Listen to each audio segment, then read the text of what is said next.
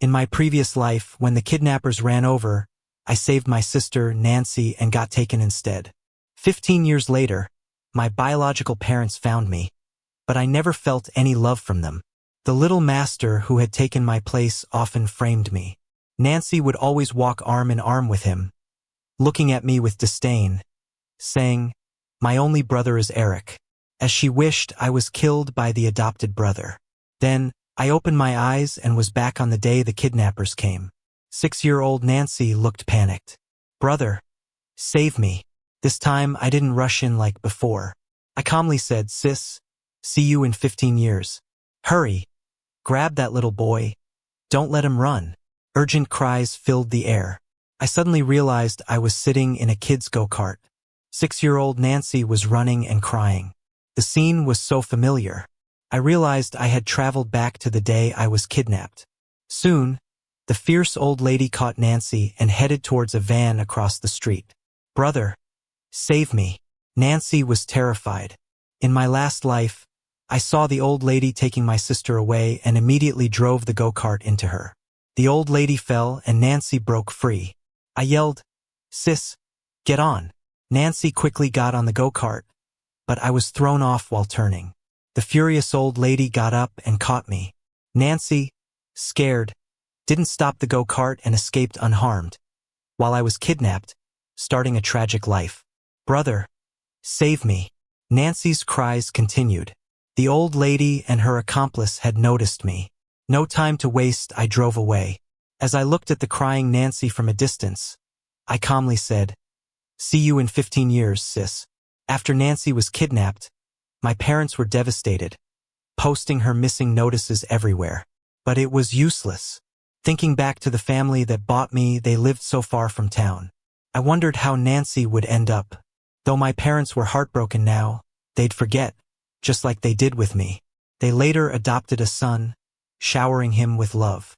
Even after they found me, their real son, his place in the family was unshaken.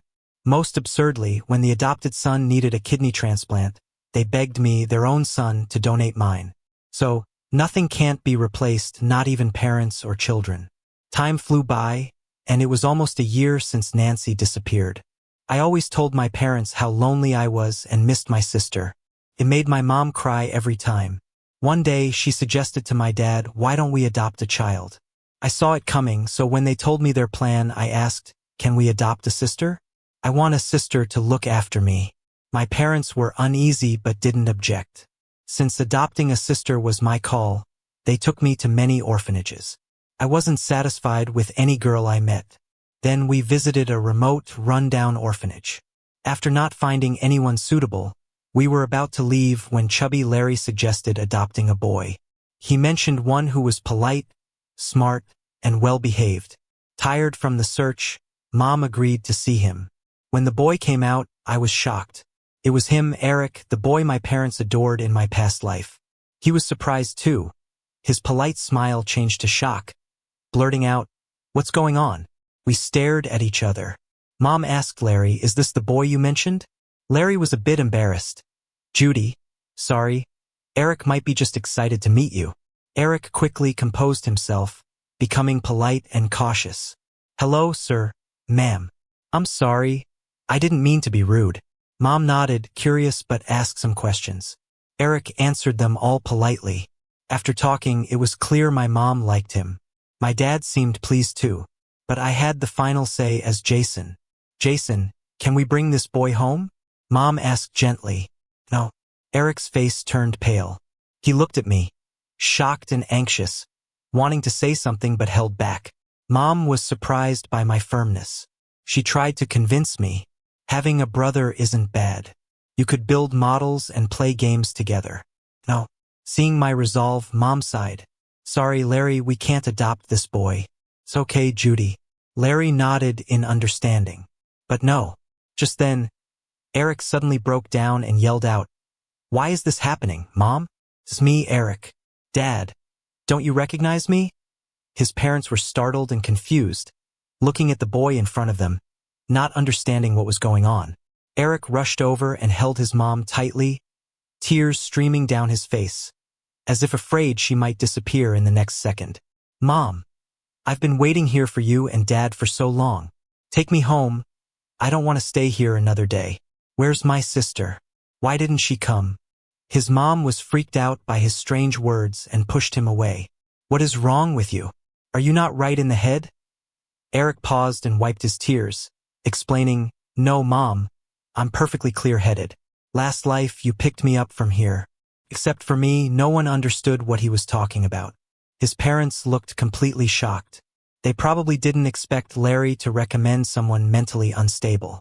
Larry looked embarrassed and uncomfortable, quickly calling someone to take Eric away. Eric panicked and lashed out, kicking and screaming hysterically.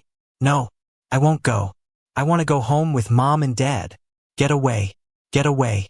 I'm the rightful heir of a group. That guy's a fake. Mom, I'm your real son." The two attendants lifted Eric up and took him away like he was a little chick. Even after a long while, you could still hear his heartbreaking screams from the yard. My mom, still shaken, grabbed my hand and walked out briskly. "Jason, let's go. We shouldn't stay here. This place is crazy. In my last life, I was the apple of my mom's eye. Now I'm just a lunatic in her eyes. I can't stand this complete change of attitude, let alone Eric." Words kill, you know? It took me 3 whole months, but I finally found Linda at a welfare home in a neighboring city. When the director led me to her, she was in the middle of a fight with some little boys. Her face was scratched, one eye bruised, and her arm was bleeding. Though beaten up, her eyes were fierce and defiant like a little she-wolf, refusing to back down. My eyes instantly teared up. In my past life, whenever other kids bullied me in the orphanage, she always stood up for me, even if it meant 1 against 10, even if she got beaten badly. Even if the director punished her by not letting her eat for 3 days, she always comforted me with a careless tone. "Don't cry. I taught them a lesson for you, didn't I? But you got hurt so badly. Doesn't it hurt? This isn't a big deal. I'm a tough girl. Don't worry. I promise to protect you and I will keep that promise." Her determined words still rang in my ears. "Linda, it's my turn to protect you this time." When I told my parents I wanted to bring Linda home, they didn't understand. They likely heard about her antics from other kids at the welfare home. But I didn't care and insisted on it. They had no choice and finally agreed. And that's how 8-year-old Linda came home with me. Looking at the lavish living room, the luxurious crystal chandelier, and the plush Persian carpet, she seemed a bit uneasy and instinctively hid her tattered sleeves behind her back. "Why did you guys adopt me?" I led her to a room on the 2nd floor and drew open the heavy curtains. The floor-to-ceiling window was wide and bright. Sunlight filtered through a ginkgo tree outside, casting dappled patterns on the floor. I turned to her with a warm smile, because in this life, it's our turn to live well. She certainly didn't get it and looked at me, puzzled. "Who's that?" she asked, pointing at a photo on the bookshelf. It was a picture of Nancy holding a doll on her 6th birthday last year. "No one," I replied, picking up the frame and tossing it into the trash without hesitation. I remember Nancy once telling me coldly that she would only ever recognize Eric as her brother. Fine. In this life, I don't need her as a sister either. After a while, Linda looked up at me again. Those black and white eyes of hers carried a hint of uncertainty and stubbornness. "How long do you plan to keep me? 3 months or 6? I knew Linda had been given up for adoption twice before. One couple only wanted to foster her as a publicity stunt to boost their factory's brand awareness. With the media's enthusiastic coverage, they adopted Linda but then ignored her. She got beaten up by that couple's chubby son regularly. But to go to school and not be shamed as an orphan without parents, she endured it all at just 5 years old. Eventually, the beatings got worse, and the boy even pushed her down the stairs. When their factory went bankrupt, the couple decided to send Linda back to the orphanage. Before leaving, she couldn't take it anymore and got into a huge fight with the boy, leaving him bawling. From then on, Linda knew that to avoid getting bullied, fists were the only answer. About 6 months later, Linda was adopted again by a middle-aged couple who couldn't have kids. This time, she was somewhat lucky. Though they weren't well off, they treated her okay, at least not hurting her physically, and life wasn't too harsh daily. But the calm days didn't last. The wife got pregnant, and without much thought, the couple sent Linda back to the orphanage. After that, her hope for adoption died. She no longer hoped to be adopted and became increasingly aggressive, fighting often and being a loner. Until she met me at the orphanage, two isolated kids gradually became friends. I reflected on these memories and walked over to Linda. Not for 3 months, not for 6 months. You can stay in this home as long as you want, until you decide to leave, I told her sincerely. She kept looking at me, her dark sparkling eyes like stars in the night sky. Felt like ages before she finally spoke. Even though my parents were against bringing Linda back at first, the truth hurts rule quickly played out. No one knows better than me how smart Linda is. After just 3 piano lessons, she could play a whole pop song from memory. After 2 months of Go lessons, even the teacher wasn't a match for her. When it came to academics, by 3rd grade, she was already reading 5th grade math books. She never scored less than 100 in Chinese and English. Smiles started spreading on my parents' faces, especially when they'd hear Linda's teachers singing her praises. They started putting as much effort into Linda's upbringing as they did mine. Signing her up for classes she was interested in, taking her to mingle with the upper crust, where she mingled seamlessly with her wealthy young peers. Linda was stunningly beautiful and a star student. Her personality was a bit proud, but still, she was amazing. Some big shots even started plotting to marry their sons into my family through her. Dad was happy but politely declined. After all, she was too young at the time. After that, my parents were even more serious about Linda's education. On top of that, they treated her just the same as their own son in daily life. Linda and I became as close as if we'd known each other forever. One day after school, a shadow suddenly darted onto the road, scaring driver Leo into swerving hard. Linda, quick on her feet, leaped over to shield me. With a loud bang, the car crashed into a roadside flower bed. Linda checked me over in a panic. "Are you okay?" I let out a sigh of relief, shaking my head. "I'm fine." Luckily, the car only had a cracked front, and the 3 of us were okay. Leo, pale with fear, angrily got out of the car, only to find a young boy standing there. "Larry the driver, it's me, Eric," the boy said, looking thrilled. "Hey, kid, do you know how dangerous that was? Where are your parents?" Larry asked sternly. Eric looked crushed. Seeing Linda and me inside the car, he asked, "Jason, how are you two together?" Linda turned her head curiously, asking me, "Who's that? Do you know him?" I shrugged it off. "No idea." Eric's face went pale as he shook his head frantically. "No way, how could this happen? Where's Nancy? Where did Nancy go?" Leo turned to me too. "Young master, is this your friend?" "No idea who he is. Let's just go," I said quickly. With that, Leo got back in the car and started it up. Eric panicked, pounding on the car window. "Jason, you can't go. I need to see my mom with you. Stop. Let me in." Feeling annoyed, I muttered, "What a crazy day." Ran into a lunatic. "Larry, tell the security not to let any crazies in when we get back." "Got it." The car sped away, and Eric desperately chased after us, shouting from behind. When we got home, I told my mom about what happened earlier. "Gosh, that was close. Nearly got into an accident." "Mom, do you think that kid was really a lunatic? How did he even find our home?" Mom must have been shaken too, angrily calling the director. The other side was apologizing profusely, promising they'd send someone to find Eric, and they'd take him away soon. With that, the matter was resolved. Soon after, there were some issues with our company's business in Europe. Dad planned to head there immediately. He hinted to Mom that it might be a long stay, maybe 2 or even 3 years, implying he wouldn't be coming back home anytime soon due to business. Thinking about that persistent Eric from before, I suggested without hesitation, "Mom, how about we move over with Dad?" Mom quickly agreed to the suggestion.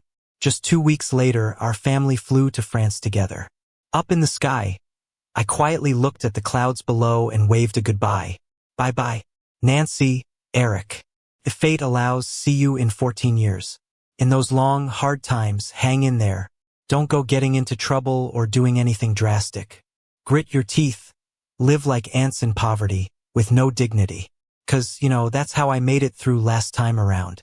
Believe me, someday we'll meet again. Once out of the terminal, the first thing I noticed was Larry holding a sign with my name. After all these years, he hadn't changed a bit. I waved enthusiastically at him, but he didn't even look my way.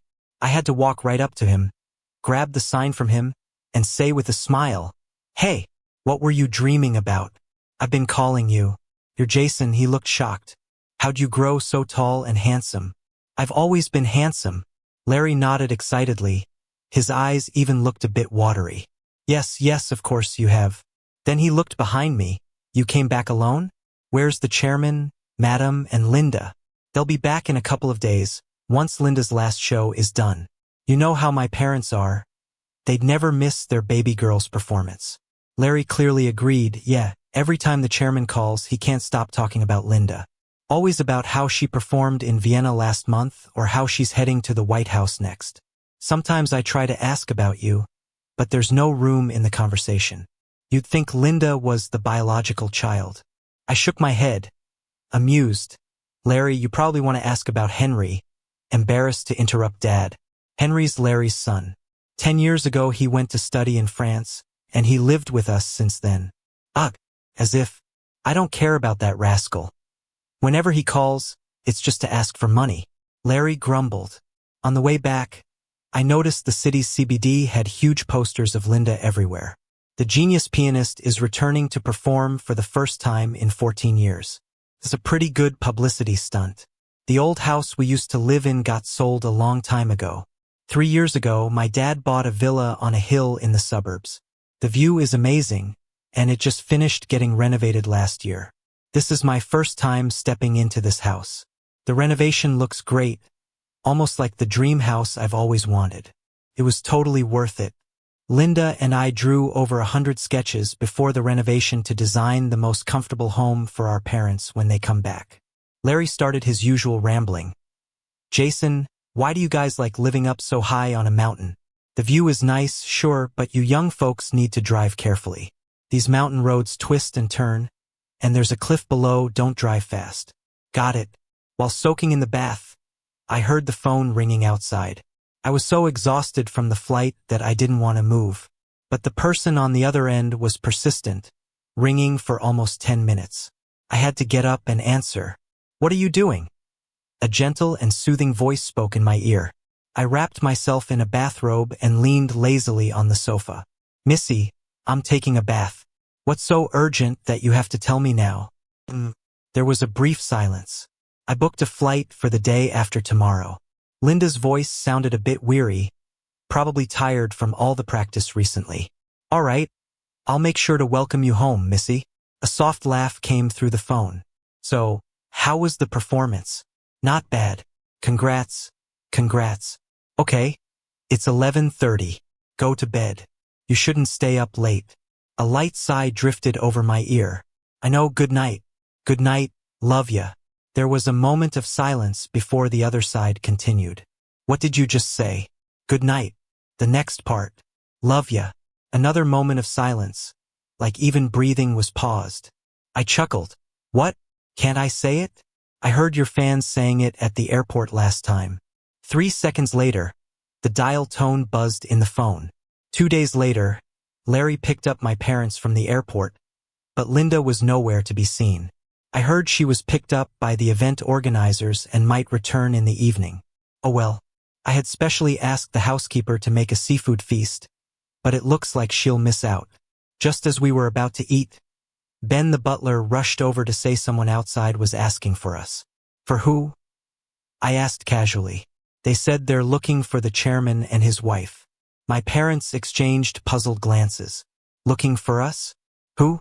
Ben wore a conflicted expression but finally spilled the beans. "She says she's the chairman's daughter." After 16 years, I saw Nancy again. Her clothes weren't great but not too shabby either. At least they were clean. She was very dark and thin. Her rough skin and sallow complexion topped with simple hair, her hands covered in calluses, a bit like a lady cooking at a construction site. She trembled all over, her eyes fixed on my parents, lips quivering. Dad, Mom, is it really you? Eric came over, eyes red and spirit excited. Sis, it can't be wrong, they're your real parents. My mom walked over in a daze, unblinking, and said slowly, Are you Nancy? Nancy's tears finally fell as she broke down crying. Mom, I'm Nancy. I'm Nancy. I kept reminding myself not to forget my real name so you'd recognize me in the future. Mom, I finally found you. My mom cried her heart out too, and even my usually strong dad couldn't hold back his tears. He stumbled toward Nancy and held her face. You really are Nancy, my daughter? Dad, Dad. The father and daughter embraced and cried. The room echoed with mournful cries. I wondered if I should muster up some tears too and create a tearful sibling reunion. But try as I might, not a single tear came out.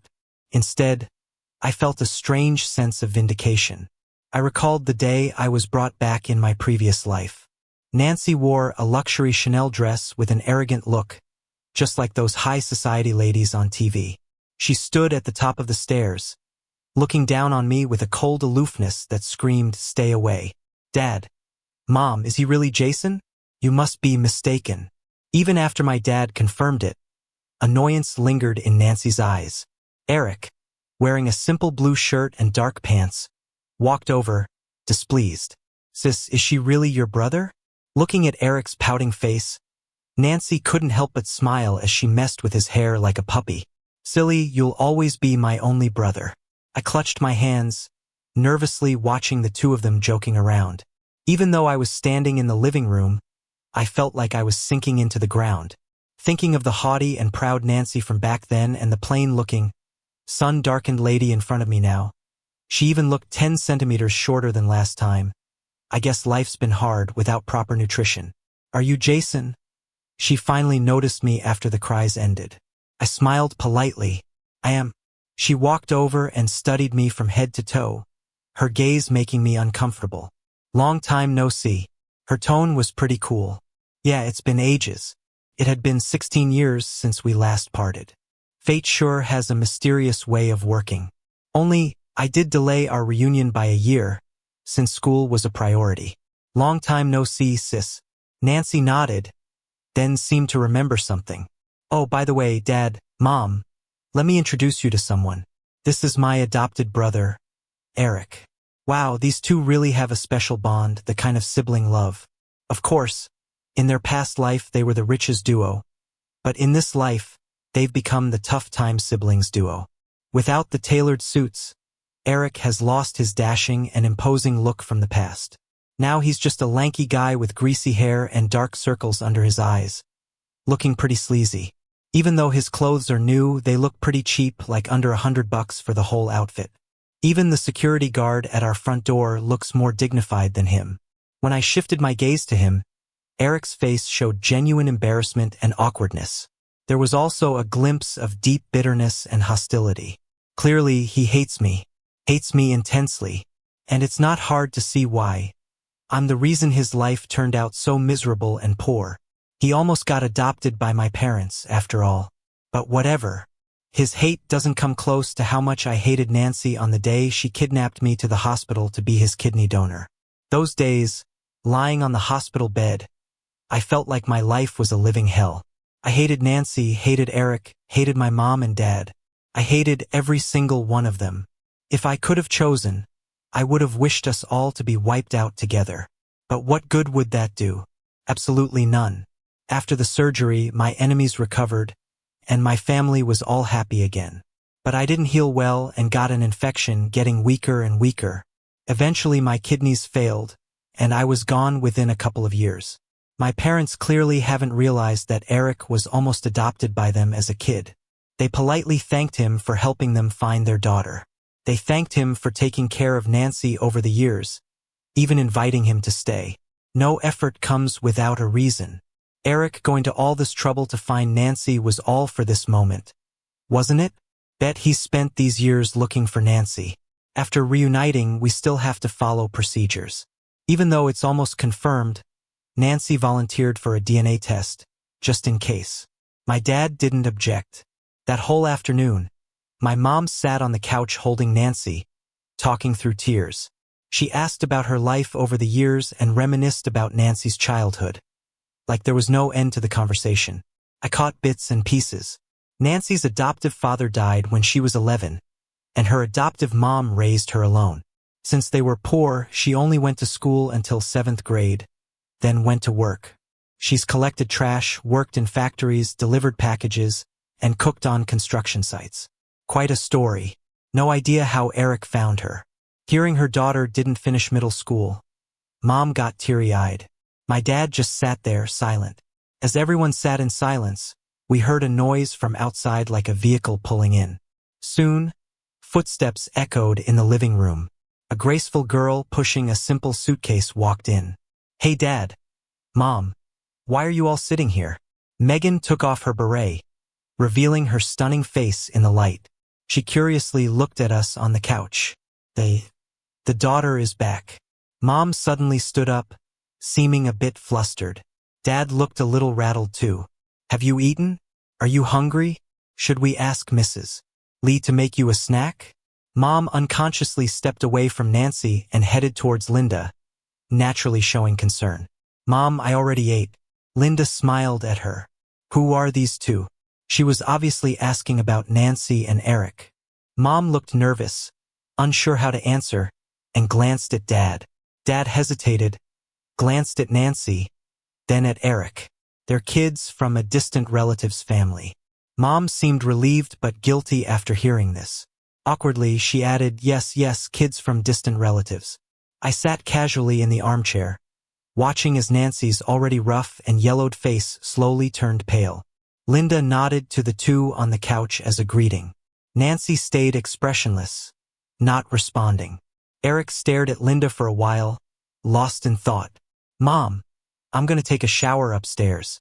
Hearing this, Mom quickly responded, Okay, honey, I'll go run your bath. You must be exhausted these days. There's no need. You and Dad should chat with the guests for a bit." Linda nonchalantly directed me, "Jason, grab my luggage later." "Why me?" She gave me a look I understood to mean, "You figure it out." No reason. With Linda upstairs, the living room felt even quieter. Dad let out a long sigh and guiltily explained, "Sorry, Nancy. Linda has a really important performance next week. I didn't want to upset her, so I had no choice. But once it's over, I promise I'll tell her the truth. Right, Nancy, you won't be mad at us, will you?"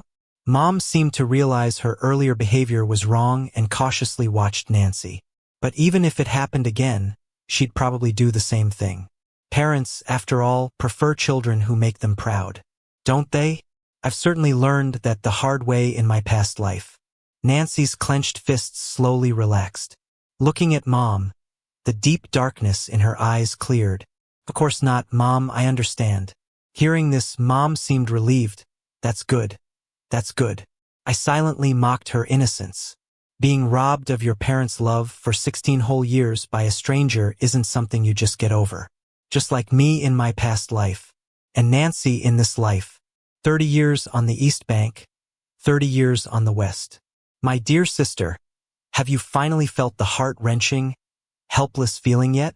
Hating someone but trying your best to please them just to not disappoint your folks. Even though they're your biological parents and siblings, you never quite feel like you're part of them. At the dining table, they're a family of 4, and you're just a random stranger. When guests at a party ask about you, your parents get all shifty and vague. Then there comes the handsome adopted son, confidently stepping in to cover for them. "Oh, he's the son of our nanny, looking for work in the city." How funny is that? I'm the biological child, but I'm introduced as the nanny's kid. Looking for work? Yeah, right. And nobody steps in to explain this nonsense. Not even my biological parents or sister. They all just go along with the lie. If it weren't for my childhood memories, I might actually believe I'm the nanny's kid. The next morning, I walk downstairs and see Linda at the table with a glass of milk. "Morning, sis." She chokes a bit, with a hint of a blush on her face. "What did you just call me?" I can't help but chuckle. "Are you aging too fast, sis? Is your hearing going bad?" Linda looks me over, staying calm. "Who's the one always saying weird things?" I shrugged. Is calling you sister that weird? Just when Linda is about to reply, Nancy and Eric come down the stairs. Morning. He greets both politely. Nancy nods, face cold and silent. But Eric gives Linda a friendly smile. Morning. Linda, always perceptive, quickly notices the unabashed hostility directed at her from the table. She feels a bit baffled. I clear my throat and throw in a line of French. Let me tell you something. Don't be too surprised. The three of them all turn to me. Nancy and Eric don't know French. At least they didn't in the past life. Judging by their looks this time, they probably still don't. Then I said casually, she's my long-lost sister, reunited with Mom and Dad yesterday afternoon. Linda looks surprised and instinctively replies in French. Why didn't you tell me the truth last night? You have a performance coming up. They didn't want it to divert your focus from practicing. She muses, that makes sense. What are you two talking about? Eric suddenly rudely cuts in. We were talking about how great this bread tastes. So why can't you say that in Chinese? Did this guy forget last time when he and Nancy took advantage of my poor English to mock my table manners? If I hadn't secretly recorded it on my phone and used a translation app, I'd probably never know how much animosity this adopted son has towards me. Such a double standard. I can speak Chinese or French whenever I want. What's it got to do with you? Eric's face turns from red to pale. He must be subconsciously slipping back into his original role from before. Eating at the same table and behaving like this, don't you think it's rude? Nancy's expression is icy. Another case of double standards. What a joke. So having a grumpy face is polite. Huh? This is my house, and I can have any expression I want. Nancy straightens up, her gaze sharp. Overnight, her attitude and presence have totally shifted from yesterday. Looks like we're gonna have some sibling rivalry. Before, I was cautious and never dared to go head-to-head with her. Until she dragged me to the hospital to forcibly remove my kidney for Eric. Then we broke all ties. But what did it matter? She didn't even blink when ordering the doctor to make the cut. Good, this time let's settle our scores. This is my house too, and I can say whatever I want, just too bad you can't understand. If it wasn't for you ditching me and running off to save your own skin, would I have ended up here? Nancy suddenly slaps the table, glaring at me fiercely. She finally says what's on her mind. You know how miserable I've been all these years. Where were you when the traffickers beat me half to death? Where were you when I fed pigs and chickens in the countryside? When I quit school at 12 to scavenge through trash in the streets, where were you? When I slept in a bridge hole, where were you? When a nail went through my foot at a construction site, where were you? Nancy ends up yelling, her emotions all over the place, spitting as she shouts. Breakfast is officially over. Even the table itself is now unusable, covered in spit. I wipe the spit off my wrist with a napkin, unimpressed. Nancy's further agitated by my gesture. She glares at me with bloodshot eyes. I just give a cold smile, like I'm the only one who's been beaten by traffickers, who hasn't fed pigs, who hasn't scavenged through trash or slept in a bridge hole. I was bounced around till I ended up in an orphanage. But my days there were even darker, beaten with whips by the staff. Did I ever complain? What's going on? What are y'all arguing about?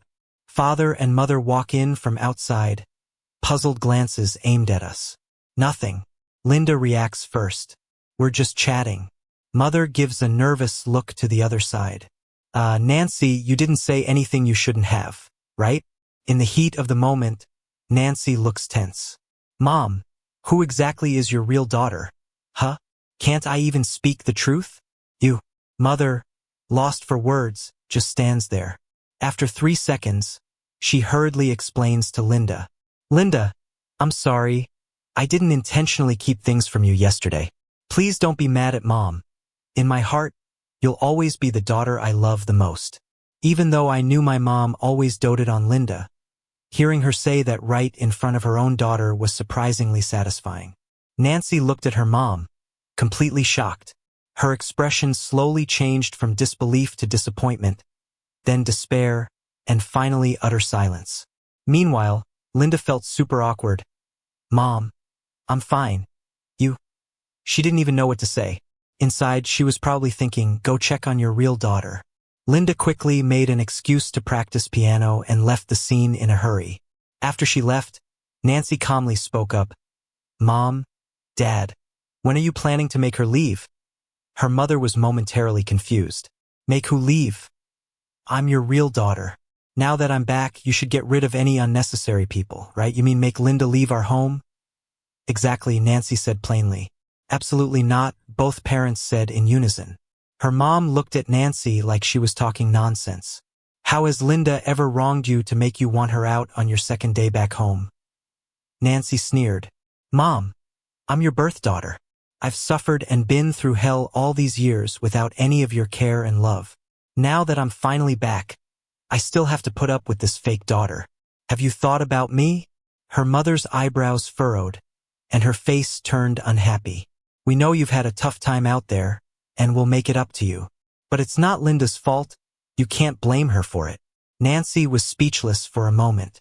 It was clear she was really disappointed in her mom. Dad, do you think so too?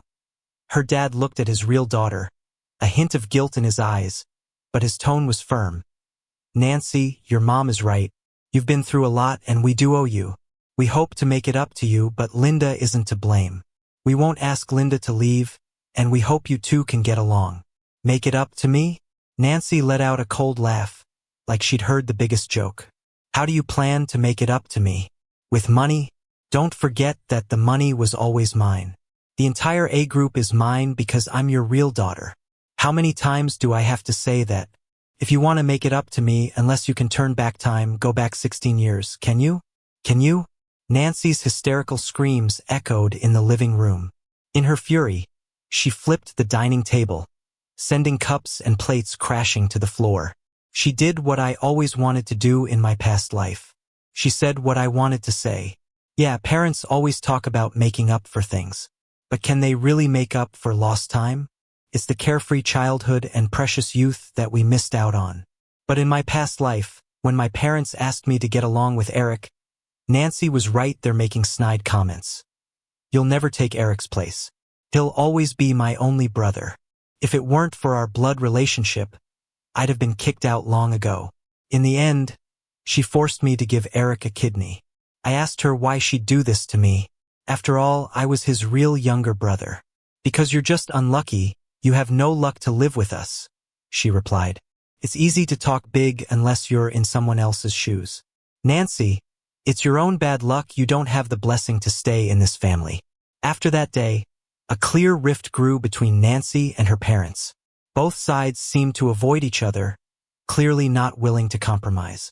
One side insisted on kicking Linda out. The other side was absolutely against it. From my view, Nancy was way too confident. So what if she's the real daughter? Linda brought endless glory to her parents, making them look like star parents, admired and respected by many. How could they give up on their well-nurtured, famous pianist foster daughter for a middle school dropout who collected garbage in the past? They're not stupid. 2 days later, Dad approached Nancy in the living room, suggesting they hire some tutors to help her catch up before sending her to study abroad. Nancy couldn't believe her ears. You're trying to kick me out? Of course not. Dad couldn't understand why she was twisting his words. Nancy, before, you didn't have the chance to study. It's different now. You're young, and you should learn more, see more of the world to broaden your perspective. Why should I change my perspective? I don't need to study abroad. In a couple of days, I can start working at the company with you. You just need to teach me how to run and manage a group. Her father's silence showed he was shocked by her words. I kindly reminded her from the side, Sis, Dad's health isn't great these past 2 years, so I'm mainly in charge of a group's decisions now. Nancy's face instantly changed, and she shot up from her seat. Why? Why what? Jason, how much are you planning to take from me? I couldn't help but chuckle. When did a group become yours? I'm the eldest daughter, so it's originally mine. Nancy argued loudly like a firecracker. So what if you're the eldest?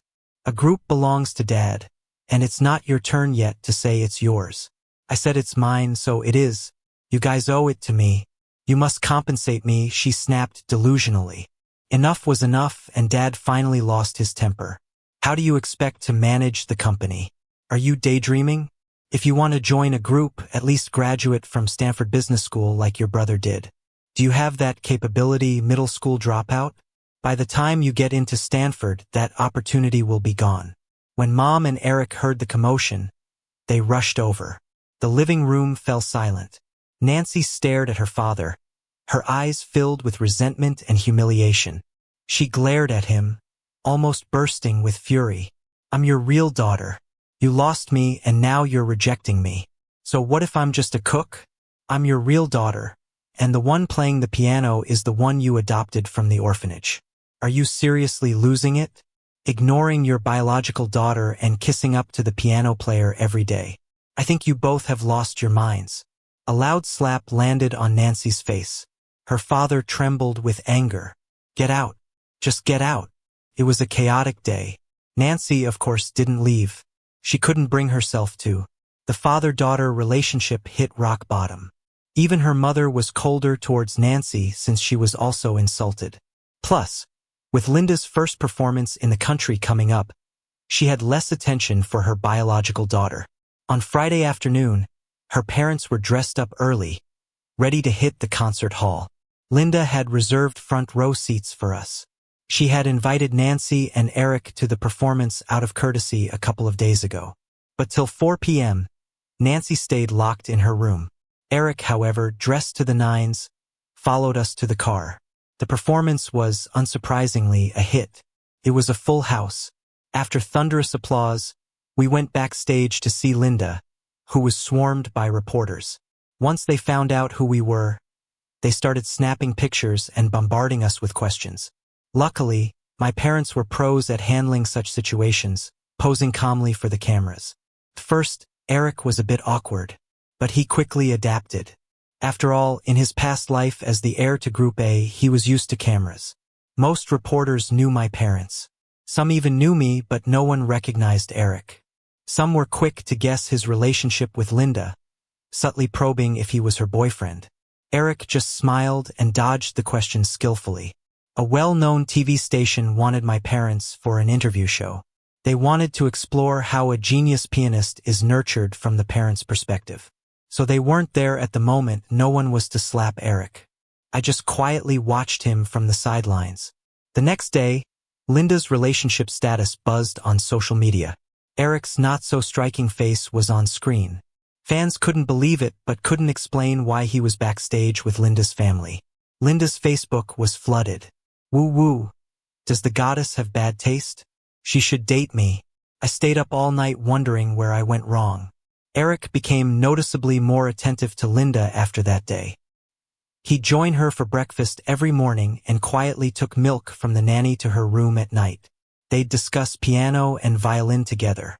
In his past life, Eric played the violin. He wasn't exceptionally talented and didn't practice much, but he was good enough to impress. Linda had also played a bit as a kid, so Eric would often humbly ask for her guidance with the violin.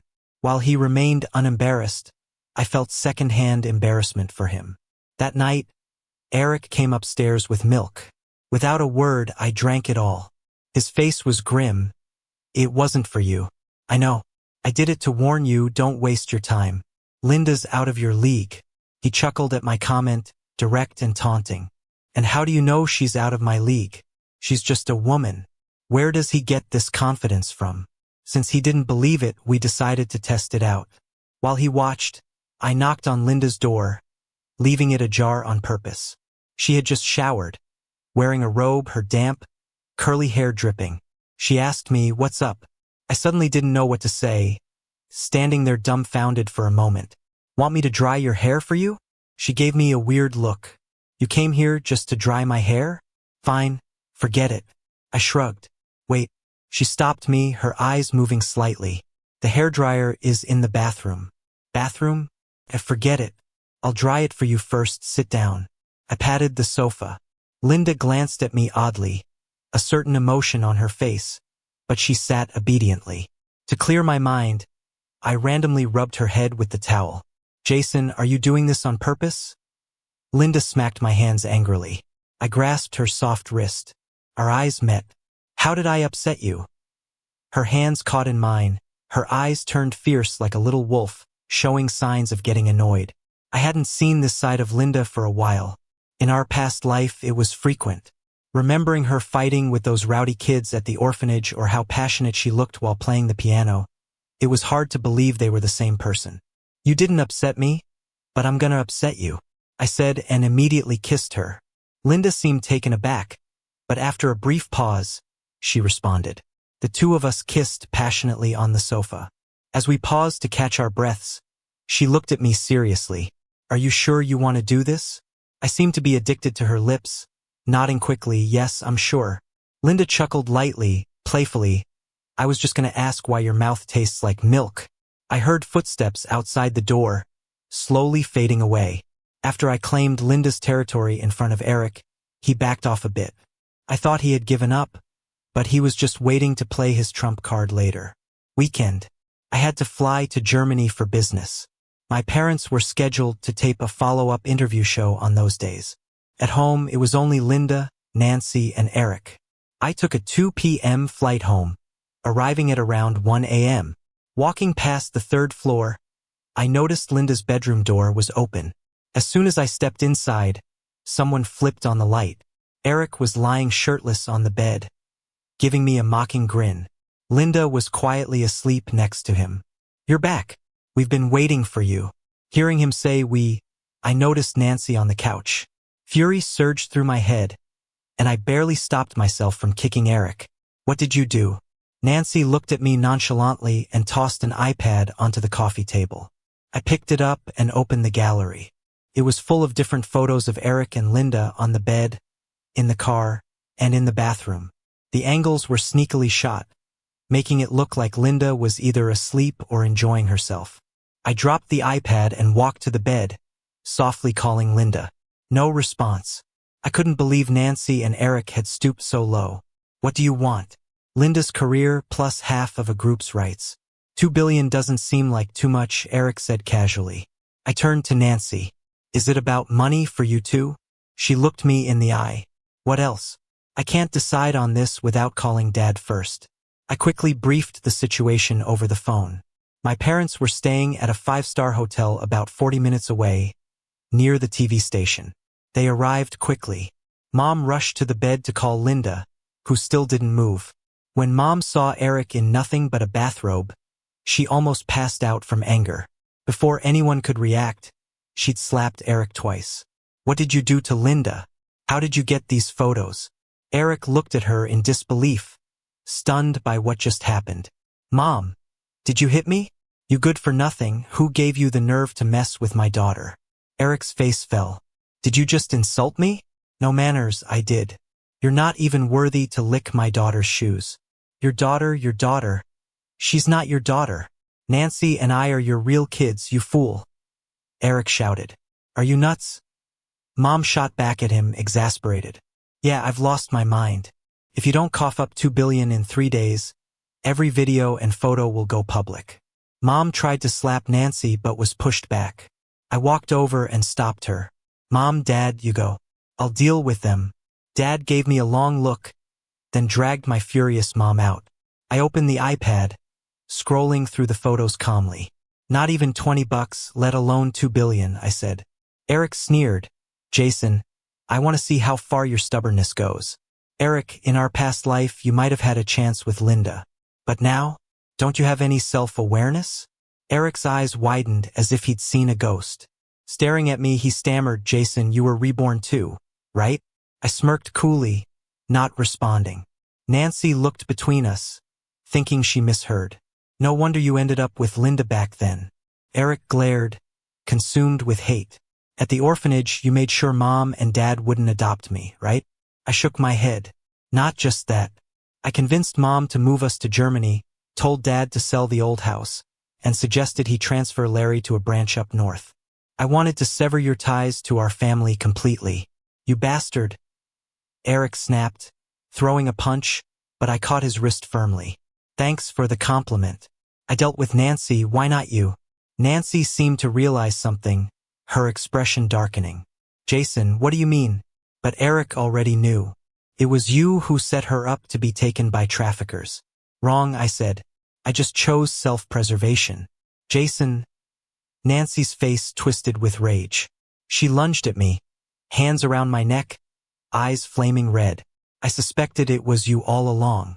You stood by and let it happen, and I've lived worse than a dog because of you. I pried her hands off and pushed her back. You deserved it because you're a beast. I saved you once. And how did you repay me? You're heartless. Do you know how happy I am when I hear about your pathetic life? I want to throw a party. Nancy, karma's hitting you now. You think I'm happy? This life, you're so short you can't even stand taller than a pumpkin. Eric, you've been looking for her all these years. Huh? And yet, it was all for nothing.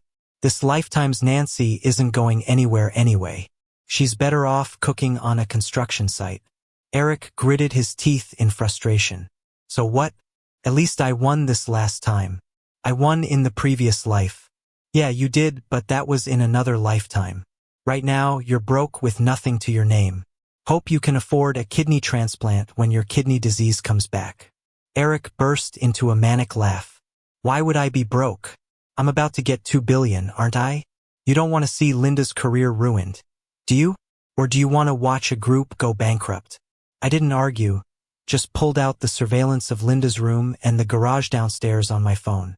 In the footage, Eric and Nancy were helping a barely conscious Linda into the car, snapping photos frantically. After a while, they carried her into the elevator, took her to a room on the 3rd floor, and repeated the setup. Coming back and seeing these two greedy and foolish individuals again, I remembered your request. 2 billion, right? Sorry, I don't have 2 billion, but I'll make sure the judge gives you 20 years instead. Though realistically, not likely. You didn't kill anyone or burn anything. 3 to 5 years max and you'll be out. But I'll make sure you two leave here like stray dogs. Not a penny to your name. And I'll make sure you get a taste of jail food as well. Eric and Nancy didn't see the tables turning so fast. Their faces were priceless, as if they were about to cry from their own stupidity. Why is this happening? Why? Eric looked up at me, eyes full of spite. You're pushing me, Jason. We can both die together. I can't live long without money anyway. He lunged at me, punching me in the face. I barely had time to react before he hit me again. Why? Jason, it's all because of you. I'm in this mess. Do you know how long I searched for Nancy? 14 years. 14 whole years. I endured so much only to end up like this. Fine, I won't live anymore. Let's all just go down together. Jason, you're going down with me. Eric went mad, throwing punch after punch. Then he dragged me towards the balcony. Eric. Nancy called out to him. Eric, crazed, pulled me towards the open balcony. The railing was low, barely waist-high. A moment's carelessness, and we'd both fall over. Eric was totally unhinged. I clung tightly to the railing, trying to keep my body steady. To avoid dying with him, I had to compromise. Eric, there's $5 million in my room. Take it and go, but promise me you'll never come back. The madness in his movements stopped abruptly. What did you say? If you promise never to return, I'll choose not to call the cops. The $5 million is yours. It'll cover future surgeries just fine. Nancy heard it too. She seemed almost insulted by the offer. $5 million? Are you out of your mind? Greed knows no bounds. That's all the cash I have. Take it or leave it, up to you. Eric slowly calmed down. How do I know you'll keep your word? What if you call the cops the moment we leave? I can give you the money in front of my parents. As long as you never return, I won't release the surveillance footage. As for calling the police, Nancy is still my parents' child. They're disappointed in her but wouldn't go that far. Perhaps seeing the logic, Eric released me. All right, as you say. Nancy and Eric dragged 2 hefty bags of cash down to the parking garage. Like I said, my parents were too weary to say goodbye to her. Eric opted for his favorite car, a Lamborghini. These cars were ordered abroad by Linda and me, shipped back not long ago. After so many years, Eric was elated to sit in his favorite car again. Just as Nancy was about to load the bags into the car, Eric changed his mind. Wait, let's take this Porsche instead. With a smug grin, he looked at me. I had to hand over a different set of keys. As the car roared to life, Eric smiled knowingly. Jason, we'll take your $5 million, but who knows how long that will last, right? Feigning shock, I stared at him. A storm of frustration, anger, and regret welled up in my eyes. But all I could do was glare helplessly. With a triumphant grin, Eric sped away. I composed myself and took the elevator back to the 3rd floor, overlooking the winding hillside road. Larry's words echoed in my ear. Funny, Master Jason, why do you prefer living high up in the mountains? Yeah, the view's great, but you young folks ought to be careful driving. No joke here, the road's right next to a sheer cliff. Larry wasn't wrong. I don't like living high up here at all. Too many mosquitoes, too humid. But above all, that winding road really is terrifying. The drop beside it even more so. I've often thought, what if the car suddenly lost control on that road? It'd be curtains for sure. Yet somehow I was dead set on buying a house here. Even snuck back to the country to do it. After all, I searched for a long time to find a place that fits my vision. Nancy, Eric, I've put a lot of thought into finding this prime location for you. Lost in thought. Under the heavy night sky, the car with its lights on started to swerve. I could almost hear a piercing scream cut through the night sky. In less than 2 seconds, there was a loud crash. The car broke through the guardrail and plunged straight down the cliff. Better sell the house next month. I don't want to stay there another day. By the time the police notified us to get to the hospital, Eric was already gone. Nancy was in the ER. That was a bit of a shock to me. I didn't think her luck was that strong. We stayed at the hospital all day and night. I was worried since my parents are getting older and might not hold up, so I had the driver take them home to rest, then come back at night to relieve me. Turns out that was a smart decision. Not long after they left, the doctor told me Nancy was awake. But the chances weren't great, and it was best to let my folks come and say goodbye. Are you kidding? No way. I walked into the ward. Nancy was badly injured.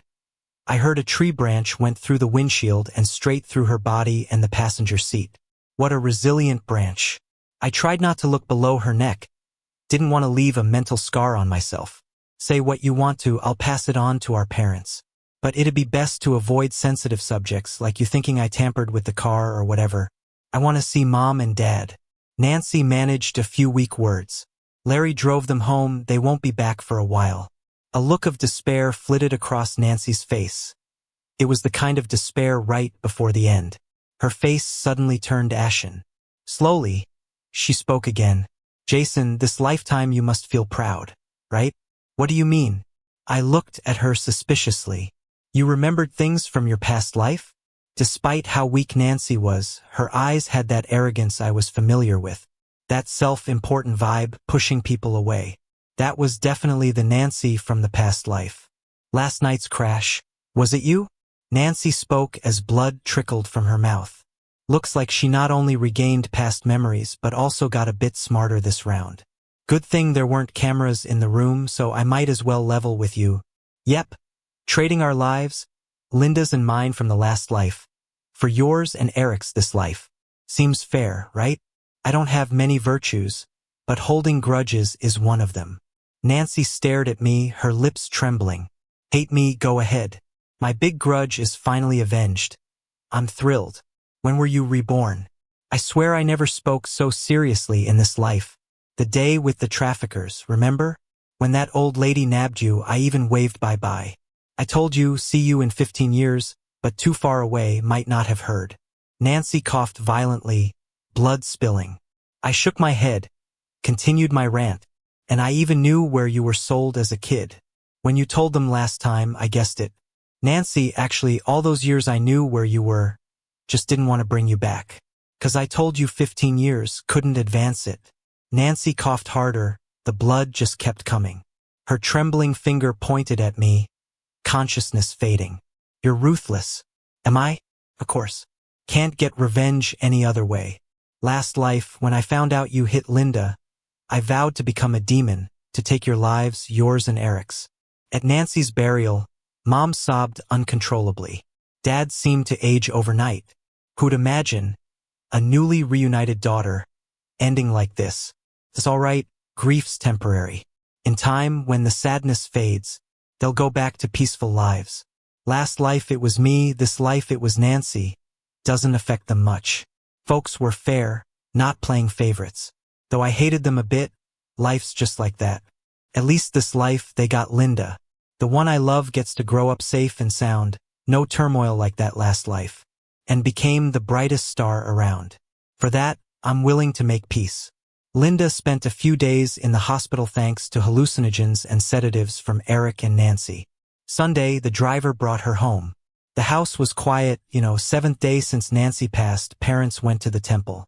Scrolling my phone, thinking when to list the house. This month or next? How are you doing? Linda came over, looking a bit worried. I nodded. She paused. A moment later, hugged me gently, with a soft tone. Cry if you need to, really cry, no need to hold back. I put down my phone, feeling baffled. Why would I cry? Linda let go, gave me a curious glance. You sure you're okay? My relationship with Nancy isn't as good as you might think. We haven't seen each other in years. We're like strangers now. Especially considering what she and Eric did to you. Linda seemed to remember something. Those photos. No worries, I've already taken care of it. Just the thought of her and Eric lying in the same bed makes me want to kick Eric's gravestone. How could you be so caught off guard by others? Even at home, you should be on alert. She was speechless. Do you hear what you're saying? Luckily, nothing serious happened, or I'd be sick to my stomach. Auntie's off today, so no one's cooking at home. Let's go out and buy some groceries to cook ourselves. Now? Yeah, I'll call a ride online. She seemed puzzled. Why not drive out? I paused my fingers on the screen for a moment. Don't use the car at home for a while. I'll have someone look at it in a few days. Why? Such a curious cat. I rubbed her forehead. No reason, just a secret.